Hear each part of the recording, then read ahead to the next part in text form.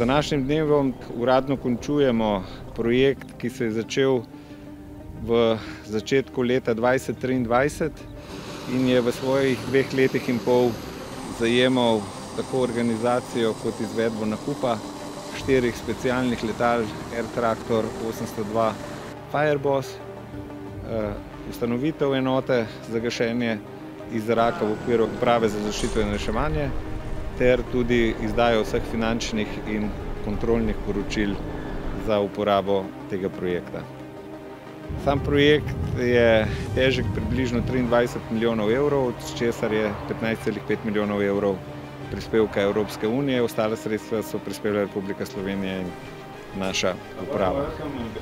Ob tem dogodku zaključka smo zelo ponosni, da smo skupaj z vsemi partnerji, ki smo sodelovali, ta projekt speljali res v izredno kratkem časovnem obdobju, kar nam priznavajo, bom rekel, vsi strokovnjaki, predvsem iz tujine, kajti ustanovitev enote v letu in pol, upravljali smo funkcijo gašenja že v lanskem letu, letos tudi že v prejšnjo soboto pri Smledniku, ni izvedla nobena evropska država, sploh pa ne v civilni sferi, da niso letala rentana za vojaške ali pa policijske namene.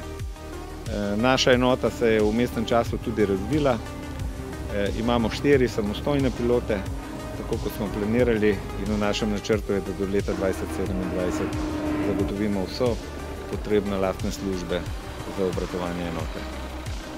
V tej priliki zahvala vladi, vsem sodelujočim ministrom za podporo, vsej strokovni ekipi.